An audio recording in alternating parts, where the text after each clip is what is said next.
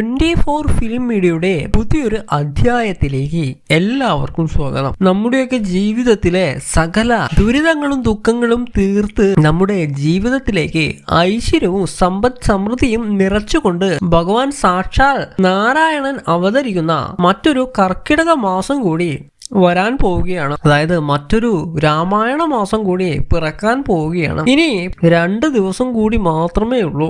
ഈ ജൂലൈ മാസം, അതായത് 17-ാം തീയതി വ്യാഴാഴ്ച, അതായത് ഈ 2 ദിവസം കൂടി കഴിഞ്ഞാൽ കർക്കിടകം 1 മാസങ്ങളിൽ വെച്ച് ഏറ്റവും വിശേഷപ്പെട്ട അല്ലെങ്കിൽ മഹാവിഷ്ണു ഭഗവാന്റെയും മഹാലക്ഷ്മി ദേവിയുടെയും സാന്നിധ്യം നമ്മുടെ ഈ ഒരു ഭൂമിയിൽ നമ്മുടെ ഓരോരുത്തരുടെയും വീട്ടിലുള്ള ദിവസങ്ങളാണ് കർക്കിടക മാസം എന്ന് പറയുന്നത്.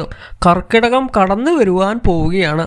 ഭഗവാന്റെയും ഭഗവതിയുടെയും സാന്നിധ്യം നമ്മുടെയൊക്കെ ജീവിതത്തിലേക്ക് അല്ലെങ്കിൽ ഓരോരുത്തരുടെയും വീട്ടിലേക്ക് ചൈതന്യമായി നിറയുന്ന മാസമാണ് കർക്കിടക മാസം എന്ന് പറയുന്നത്. കർക്കിടകം പിറക്കുന്നതിന് മുൻപ് തന്നെ നിങ്ങൾ നിങ്ങളുടെ ആരുടെയെങ്കിലും വീട്ടിൽ ഞാൻ ഈ പറയുന്ന വസ്തുക്കൾ ഇരിപ്പുണ്ട് എന്നുണ്ടെങ്കിൽ ഉറപ്പായിട്ടും അത് വീട്ടിൽ നിന്ന് എടുത്തു കളയണം. ഈ വസ്തുക്കൾ വീട്ടിൽ ഇരിക്കുന്നത് മൂലം മൂദേവിയാണ് ആ വീടുകളിലേക്ക് ആ കർക്കിടക മാസത്തിൽ ആ ഭഗവതി ആ മഹാലക്ഷ്മി കടന്നു വരികയില്ല. ആ വീട്ടിലേക്ക് കർക്കിടക മാസത്തിൽ ഭഗവതി മഹാലക്ഷ്മി കടന്നു വരില്ല. ഭഗവതി വന്നില്ലെങ്കിൽ ഭഗവാന്റെ സാന്നിധ്യവും ഉണ്ടാകില്ല എന്നുള്ളതാണ്. ആ വീട് മുടിയുവാൻ അത് കാരണമാകും എന്നുള്ളതാണ്. അതുകൊണ്ട് തന്നെ ഈ ചാനൽ കാണുന്ന എല്ലാ പ്രേക്ഷകരും മറക്കാതെ തന്നെ ഈ കാര്യം ചെയ്തു തീർക്കണം. അതായത് ഈ കർക്കിടകം 1-ാം തീയതിക്ക് മുൻപ്, ഈ ജൂലൈ 17-ന് മുൻപ്, അതായത് വ്യാഴാഴ്ചക്ക് മുൻപ് നിങ്ങളുടെ ആരുടെയെങ്കിലും വീട്ടിൽ ഈ വസ്തുക്കൾ ഇരിപ്പുണ്ട് എന്നുണ്ടെങ്കിൽ എടുത്തു കളയണം കേട്ടോ. ഇത് കളഞ്ഞിട്ടില്ല എന്നുണ്ടെങ്കിൽ മൂദേവി വീട്ടിൽ കുടിയിരിക്കും. ആ വീട് നശിക്കുവാൻ അതിൽ പരം വേറെയൊന്നുമില്ല എന്നുള്ളതാണ്.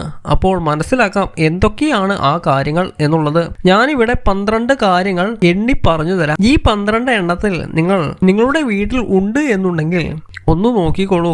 ഈ 12 എണ്ണത്തിൽ ഒന്നെങ്കിലും വീട്ടിൽ ഇരിപ്പുണ്ട് എന്നുണ്ടെങ്കിൽ അത് വീട്ടിൽ നിന്ന് എടുത്തു മാറ്റുക. അതിന്റെ ഗുണം നിങ്ങൾക്ക് അല്ലെങ്കിൽ നിങ്ങളുടെ കുഞ്ഞുങ്ങൾക്കും കുടുംബത്തിനും ലഭിച്ചിരിക്കും എന്നുള്ളതാണ്. അപ്പോൾ ദീർഘിപ്പിക്കുന്നില്ല, ഓരോന്നായിട്ട് എണ്ണി പറയാം. 1-ാമത്തെ കാര്യം എന്ന് പറയുന്നത്, ഒരു കർക്കിടക മാസത്തിൽ ഏറ്റവും പ്രധാനപ്പെട്ടതാണ് ആ വീടിന്റെ മുന്നിൽ നിൽക്കുന്ന തുളസി എന്ന് പറയുന്നത്. തുളസിയാണ് ആ വീടിന്റെ കൺകണ്ട ലക്ഷ്മി എന്നാണ് പറയാറ്. കൺകണ്ട ഭഗവാൻ ഭഗവതി എന്ന് പറയുന്നത് ഇന്ന് തന്നെ ഇപ്പം തന്നെ നിങ്ങൾ എല്ലാവരും നിങ്ങളുടെ വീട്ടിലെ തുളസിത്തറയിലേക്കോ അല്ലെങ്കിൽ വീടിന്റെ തിരുമുൻപിൽ നിൽക്കുന്ന തുളസിയിലേക്കോ നോക്കുക. ഏതെങ്കിലും കാരണവശാൽ മുരടിച്ചതോ ഉണങ്ങിയതോ ആയ ശിഖിരങ്ങൾ അല്ലെങ്കിൽ മുരടിച്ച് ഉണങ്ങി നിൽക്കുന്നതോ ആയിട്ടുള്ള തുളസി ഉണ്ട് എന്നുണ്ടെങ്കിൽ അത് ഒന്നുകിൽ പിഴുതു കളയുക. അല്ല എന്നുണ്ടെങ്കിൽ ആ മുരടിച്ച അല്ലെങ്കിൽ ഈ ഉണങ്ങി നിൽക്കുന്ന ഭാഗങ്ങൾ അത് മുറിച്ചു മാറ്റുക. ഒരു കാരണവശാലും കർക്കിടക മാസം 1-ാം തീയതി രാവിലെ വീട്ടിൽ വിളക്ക് കത്തിക്കുമ്പോൾ ഒരു കാരണവശാലും വീടിന്റെ മുറ്റത്ത് അല്ലെങ്കിൽ തിരുമുൻപിൽ ഉണങ്ങിയതോ മുരടിച്ചതോ ആയിട്ടുള്ള തുളസി നിൽക്കുവാൻ പാടില്ല എന്നുള്ളതാണ്. ആരുടെയെങ്കിലും വീടിന്റെ മുൻപിൽ തുളസി ഇല്ല എന്നുണ്ടെങ്കിൽ ഈ കർക്കിടകം 1-ാം തീയതിക്ക് മുൻപ് തുളസി തൈ വാങ്ങി ആ വീടിന്റെ മുൻപിൽ നട്ടുപിടിപ്പിക്കുക. ഒരു കാരണവശാലും ഉണങ്ങിയതോ നശിച്ചു പോയതോ ആയിട്ടുള്ള തുളസി കൊണ്ടുവരരുത്. കർക്കിടകം 1-ാം തീയതിക്ക് മുൻപ് തന്നെ ഇത് ചെയ്യണം. ഇനി ഉണങ്ങിയ തുളസി തൈ ഉണ്ട് എന്നുണ്ടെങ്കിൽ, ഇനി ഉണങ്ങിയ തുളസി ചെടി ഉണ്ട് എന്നുണ്ടെങ്കിൽ ആ തുളസി ചെടി പിഴുതു മാറ്റി പുതിയത് വെച്ചു പിടിപ്പിക്കുക എന്നുള്ളതാണ് ഒന്നാമത്തെ കാര്യം എന്ന് പറയുന്നത്. ഈ കാര്യം എല്ലാവരും ഒന്ന് നോക്കണം. ഇതിൽ പരം ഒരു ദോഷം വേറെ വരാനില്ല എന്നുള്ളതാണ്. ഇതാണ് 1-ാമത്തെ കാര്യം എന്ന് പറയുന്നത്. വീടിന്റെ കന്നിമൂലയാണ് നമ്മുടെ വീട്ടിൽ ഏറ്റവും കൂടുതൽ ഊർജം കുടികൊള്ളുന്ന ഏറ്റവും പ്രധാനപ്പെട്ട സ്ഥലം. വീടിന്റെ തെക്ക് പടിഞ്ഞാറ് മൂല അഥവാ കന്നിമൂല എന്ന് പറയുന്നത് നിങ്ങളുടെ ആരുടെയെങ്കിലും വീട്ടിൽ കന്നിമൂല മാറാല പിടിച്ചിരിപ്പുണ്ട് എന്നുണ്ടെങ്കിൽ, കന്നിമൂലയ്ക്ക് ഒരു ചെറിയ ചിലന്തി വല എങ്കിലും ഉണ്ട് എന്നുണ്ടെങ്കിൽ അത് നീക്കണം. മൂദേവിയാണ്. അതിൽ പരം വലിയൊരു ദോഷം വരാനില്ല എന്ന് തന്നെ പറയാം. വീടിന്റെ കന്നിമൂല തെക്ക് പടിഞ്ഞാറ് ചേരുന്ന മൂല എവിടെയാണ് നോക്കുക. അത് ഏത് മുറിയാണ് എന്ന് നോക്കുക. ആ മുറിയിൽ പോയി അല്ലെങ്കിൽ ആ തെക്കു പടിഞ്ഞാറ് ചേരുന്ന വീടിൻ്റെ മൂലഭാഗത്ത് പോയി വീടിൻ്റെ അകത്തും പുറത്തും രണ്ടിടത്തും സൺഷെയ്ഡിൻ്റെ ഭാഗങ്ങളൊക്കെ അല്ലെങ്കിൽ സീലിങ്ങിൻ്റെ ആ ഒരു മൂലഭാഗങ്ങളൊക്കെ ഉണ്ടെങ്കിൽ അവിടെ മാറാല പിടിച്ചിരിപ്പുണ്ട് എന്നുണ്ടെങ്കിൽ അത് തുടച്ച് വൃത്തിയാക്കുക. കന്നിമൂലയ്ക്ക് മാറാല ഇരുന്ന് കഴിഞ്ഞാൽ ആ വീട്ടിൽ മൊത്തത്തിൽ ഊർജ വ്യവസ്ഥ തന്നെ താളം തെറ്റും. ഈ കർക്കിടക മാസത്തിൽ മഹാലക്ഷ്മി കടന്നു വരുമ്പോൾ തന്നെ ആ മാറാല കുടികൊള്ളുന്ന ആ ഒരു കന്നിമൂലയ്ക്ക് മൂദേവി കുടികൊള്ളും. ആ ഒരു വീടായി മാറില്ല. അതുകൊണ്ടാണ് പറയുന്നത്. ഇതാണ് രണ്ടാമത്തെ കാര്യം. അടുത്തത് മൂന്നാമത്തെ കാര്യം എന്ന് പറയുന്നത് ഇതെല്ലാ വീട്ടിലും സംഭവിക്കണം എന്നില്ല. പക്ഷേ ചില വീടുകളിലെങ്കിലും ഈ കാര്യം സംഭവിക്കാതിരിക്കില്ല. കാര്യം മറ്റൊന്നുമല്ല, നിങ്ങളുടെ വീട്ടിൽ കത്തിക്കുന്ന നിലവിളക്കിന് ചോർച്ചയുണ്ടോ എന്ന് എല്ലാവരും നോക്കണം. നമുക്ക് ചിലപ്പോഴൊക്കെ നമ്മൾ അറിയാതെ തന്നെ ചോർച്ച ഉണ്ടാകും. അങ്ങനെ നിലവിളക്കിന് ചോർച്ച ഉണ്ടോ എന്നുള്ളത് നിലവിളക്കിൻ്റെ പാദം ഭാഗത്ത് അല്ലെങ്കിൽ നിലവിളക്കിൻ്റെ താഴ്ഭാഗത്ത് എണ്ണ ഊറിക്കിടക്കുന്നുണ്ടാകും. വിളക്ക് കത്തിക്കുന്നവർ ആണെങ്കിൽ നമ്മൾ ഒഴിക്കുന്ന എണ്ണ ആ നിലവിളക്കിന്റെ തണ്ടിലൂടെ ഊർന്നിറങ്ങി താഴെ തളം കെട്ടി നിൽക്കുകയും ആ താലത്തിലും മറ്റും തളം കെട്ടി നിൽക്കുന്ന അവസ്ഥ, ആ ഒരു ചോർച്ച ഉള്ള ആ ഒരു നിലവിളക്ക് എന്ന് പറയുന്നത് ചോർച്ചയുള്ള നിലവിളക്കാണ് എന്നുണ്ടെങ്കിൽ അതിലാണ് നിങ്ങൾ തിരി കൊളുത്തുന്നത് എന്നുണ്ടെങ്കിൽ രോഗദുരിതങ്ങളും ദുഃഖങ്ങളും ആ വീട്ടിൽ അലയടിക്കും എന്നുള്ളതാണ്. ഇത് മാറ്റുവാനായിട്ട് ഈ ദുഃഖങ്ങളും എല്ലാം തീർത്ത് ജീവിതത്തിൽ ഐശ്വര്യം കൊണ്ടുവരുവാനായിട്ട് ഈ കർക്കിടക മാസം നിങ്ങൾ ഉപയോഗപ്പെടുത്തണം എന്നുള്ളതാണ്. ആരുടെയെങ്കിലും വീട്ടിൽ അത്തരത്തിൽ ഉണ്ട് എന്നുണ്ടെങ്കിൽ ആ വിളക്ക് മാറ്റി വാങ്ങിക്കുക. കർക്കിടകം 1-ാം തീയതി വീട്ടിൽ തിരി തെളിയിക്കുമ്പോൾ ഈ രാമായണ മാസം വീട്ടിൽ വിളക്ക് കത്തിക്കുമ്പോൾ ആ നിലവിളക്കൊക്കെ ഐശ്വര്യമുള്ള അല്ലെങ്കിൽ ചോർച്ചയില്ലാത്ത സൗഭാഗ്യത്തിന്റെ നിലവിളക്കായി തീരണം എന്നുള്ളതാണ്. അപ്പോൾ ഇതുവരെ അനുഭവിച്ച എല്ലാ ദോഷങ്ങളും അതോടുകൂടി പമ്പ കടക്കും. ഈ ഒരു ചോർച്ചയുള്ള നിലവിളക്ക് ഒഴിവാക്കുന്നതോടുകൂടി മഹാലക്ഷ്മി വീട്ടിൽ കുടികൊള്ളും എന്നുള്ളതാണ്. ഈ വീഡിയോ കാണുന്ന എല്ലാവരും തന്നെ ഐശ്വര്യം ലഭിക്കുവാനായിട്ട് ഐശ്വര്യത്തിന് വേണ്ടി അമ്മേ നാരായണ ദേവി നാരായണ എന്ന് കമൻ്റായിട്ട് എഴുതുക. അതുകൊണ്ട് തന്നെ എല്ലാവരും ഈ കാര്യങ്ങളൊന്നും ശ്രദ്ധിക്കേണ്ട. ആരുടെയെങ്കിലും വീട്ടിൽ ഇത്തരത്തിൽ ചോർച്ചയുള്ള നിലവിളക്കുണ്ട് എന്നുണ്ടെങ്കിൽ ഈ കാര്യം ഒന്ന് ശ്രദ്ധിക്കണം. 4-ാമത്തെ കാര്യം എന്ന് പറയുന്നത് ചൂലുമായിട്ട് ബന്ധപ്പെട്ടതാണ്. ചൂല് എന്ന് പറയുന്നത് എപ്പോഴും മഹാലക്ഷ്മിയായിട്ട് ബന്ധപ്പെടുത്തി പറയുന്ന ഒരു കാര്യമാണ്. നമ്മുടെ വീട്ടിൽ ഉപയോഗിക്കുന്ന ചൂല്, നിങ്ങളുടെ വീട്ടിൽ പഴയ ചൂലുകൾ കുറ്റിച്ചൂലായത്, ഉപയോഗശൂന്യമായത്, കെട്ടുപൊട്ടിപ്പോയത്, അങ്ങനെ പഴയ ചൂലുകൾ ഇരിപ്പുണ്ട് എന്നുണ്ടെങ്കിൽ ഇനി അതല്ല, നിലവിൽ ഉപയോഗിക്കുന്ന ചൂലുകൾ ഒരുപാട് പഴക്കം ചെന്നതാണ്, ദ്രവിച്ചു തുടങ്ങിയതാണ് എന്നുണ്ടെങ്കിൽ ഈ കർക്കിടകം തുടങ്ങുന്നതിന് മുൻപ് അത് കളയണം കേട്ടോ. അത് കളഞ്ഞിട്ട് പുതിയൊരു ചൂല് വാങ്ങി വെക്കണം. നല്ല കണ്ടീഷനിലുള്ള ചൂലാണ് നിങ്ങൾ ഉപയോഗിക്കുന്നത് എന്നുണ്ടെങ്കിൽ മാറ്റി വാങ്ങേണ്ട ആവശ്യമില്ല. ഞാൻ ഈ പറഞ്ഞത് പഴയ ചൂലുകൾ കൂട്ടിയിട്ടിരിക്കുന്ന അല്ലെങ്കിൽ അത് കൊണ്ടുപോയി കത്തിച്ചു കളയുക. കൂട്ടിയിട്ടിരിക്കുന്നുണ്ട് എന്നുണ്ടെങ്കിൽ അത് കൊണ്ടുപോയി കത്തിച്ചു കളയുക. പഴയ ചൂല് കൂട്ടിയിട്ടിട്ട് യാതൊരു പ്രയോജനവുമില്ല. മൂദേവി കയറും എന്നല്ലാതെ ഒന്നും പറയാനില്ല അതിനായിട്ട്. പുതിയ ചൂലുകൾ ഉപയോഗിക്കുന്നവരാണ് എന്നുണ്ടെങ്കിൽ യാതൊരു പ്രശ്നവുമില്ല, അത് ഉപയോഗിച്ചോളൂ. മാത്രമല്ല ഉപയോഗിക്കുന്ന ചൂല് ദ്രവിച്ചതാണ് എന്നുണ്ടെങ്കിൽ അത് ഈ കർക്കിടക വാവിന് മുൻപ് തന്നെ മാറ്റി വാങ്ങിക്കുക എന്നുള്ളതാണ്. ഇതാണ് 4-ാമത്തെ കാര്യം എന്ന് പറയുന്നത്. ഈ കാര്യങ്ങളൊക്കെ നിസാരമായിട്ട് കണ്ടു കളയരുത്. മഹാലക്ഷ്മിയുമായിട്ട് ബന്ധപ്പെടുത്തി പറയുന്നതാണ്. ചൂല് നിസാര കാര്യമേ അല്ല, ദോഷത്തെ വിളിച്ചു വരുത്തരുത്. 5-ാമത്തെ കാര്യം എന്ന് പറയുന്നത് നിങ്ങളുടെ വീട്ടിലെ ധനത്തിന്റെ സ്ഥാനം അതുണ്ടല്ലോ. എന്താണ് ധനത്തിന്റെ സ്ഥാനം എന്ന് പറയുന്നത്? നമ്മുടെ വീട്ടിൽ പണവും വിലപിടിപ്പുള്ള വസ്തുക്കളും സ്വർണമൊക്കെ ഉള്ളവരാണെങ്കിൽ സ്വർണവും വീടിന്റെ അല്ലെങ്കിൽ ആധാരം അല്ലെങ്കിൽ വിലപിടിപ്പുള്ള വസ്തുക്കൾ, പേപ്പറുകളും ഇതൊക്കെ വെച്ചിരിക്കുന്ന സ്ഥാനമാണ് ധനത്തിന്റെ സ്ഥാനം എന്ന് പറയുന്നത്. ചിലരത് അലമാരയിൽ വെക്കും, ചിലർ ലോക്കറിൽ വെക്കും, ചിലരത് മേശയിലൊക്കെ വെക്കും.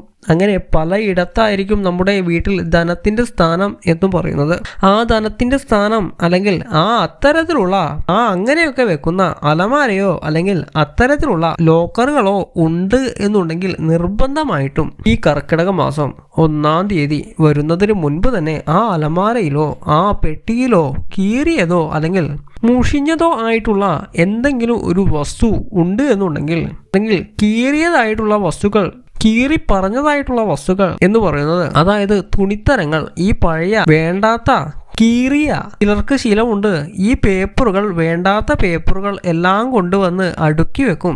ചില കീറിയ തുണികളൊക്കെ അതേ അലമാരയിൽ തന്നെ വെക്കും. അങ്ങനെ ഉണ്ട് എന്നുണ്ടെങ്കിൽ അത്തരത്തിൽ കീറിയ തുണികൾ അത് മാറ്റുക എന്നുള്ളതാണ് ഏറ്റവും നിർബന്ധമായിട്ടുള്ള കാര്യമാണ് കേട്ടോ. ഈ ഒരു കാര്യം അത് മൂദേവിയാണ്. ധനം വെച്ചിട്ട് അതിലേക്കൊപ്പം ഈ കീറിയ തുണികൾ അല്ലെങ്കിൽ അത്തരത്തിലുള്ള അലക്ഷ്യമായിട്ടിരിക്കുന്ന അനാവശ്യമായിട്ടുള്ള വേസ്റ്റ് പേപ്പറുകൾ ഇതൊക്കെ കൊണ്ടുവന്ന് വെക്കുന്നത് മൂദേവിയാണ് എന്നുള്ളതാണ്.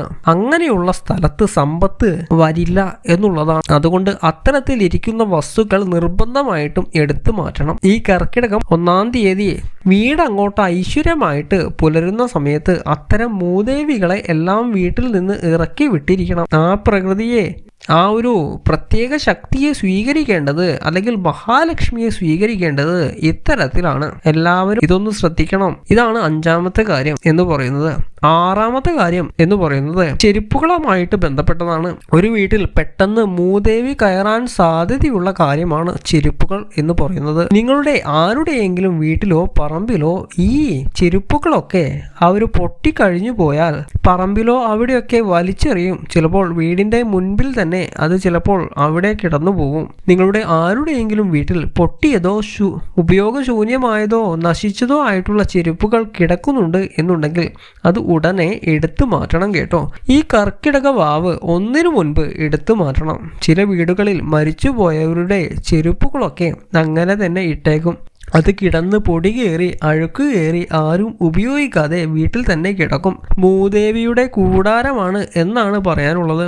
യാതൊരു കാരണവശാലും പൊട്ടിയ ചെരുപ്പുകൾ, മരിച്ചുപോയ ആളുകളുടെ ചെരുപ്പുകൾ, അത്തരത്തിൽ ഉപയോഗശൂന്യമായ പൊടി കയറി പിടിക്കുന്ന ചെരുപ്പുകളൊക്കെ വെക്കരുത് കേട്ടോ. എവിടെയെങ്കിലും ഇരിപ്പുണ്ട് എന്നുണ്ടെങ്കിൽ ദാ ഈ ഒരു അവസരമായിട്ട് നിങ്ങൾ ഈ ഒരു അവസരത്തെ കാണുക. കർക്കിടകം 1-ാം തീയതി കഴിഞ്ഞു കഴിഞ്ഞാൽ പിന്നെ മരിച്ചവരുടെ വസ്തുക്കളൊന്നും എടുക്കുവാൻ പാടില്ല എന്നാണ് പറയാറ്. അതുകൊണ്ടാണ് പറയുന്നത് കർക്കിടകം 1-ന് മുൻപ് മരിച്ചുപോയ ആളുകളുടെ അല്ലെങ്കിൽ അത്തരത്തിലുള്ള ചെരുപ്പുകളൊക്കെ ഉണ്ട് എന്നുണ്ടെങ്കിൽ അതെടുത്ത് കത്തിച്ചു കളയുക, വീട്ടിൽ നിന്ന് അത് ഒഴിവാക്കുക എന്നുള്ളതാണ്. പൊട്ടിയ ചെരുപ്പുകൾ ഒന്നും വീട്ടിൽ കിടക്കരുത്. മൂദേവി കയറിയാൽ ആ വീട് ഭഗവാനും ഭഗവതിയും ആ ഒരു വീട്ടിലേക്ക് വരില്ല എന്നുള്ളതാണ് എല്ലാവരും മനസ്സിലാക്കുക. അപ്പോൾ ഈ രാമായണ മാസം തുടങ്ങുന്നതിന് മുൻപ് തന്നെ ഈ കാര്യങ്ങൾ ചെയ്യുക. 7-ാമത്തെ കാര്യം എന്ന് പറയുന്നത്, നിങ്ങൾ എല്ലാവരും നിങ്ങളുടെ വീടിന്റെ മുൻഭാഗത്തേക്ക് ഒന്ന് ഇറങ്ങി നിന്നിട്ട് ആ മുറ്റം ഒന്ന് വൃത്തിക്ക് നോക്കണേ.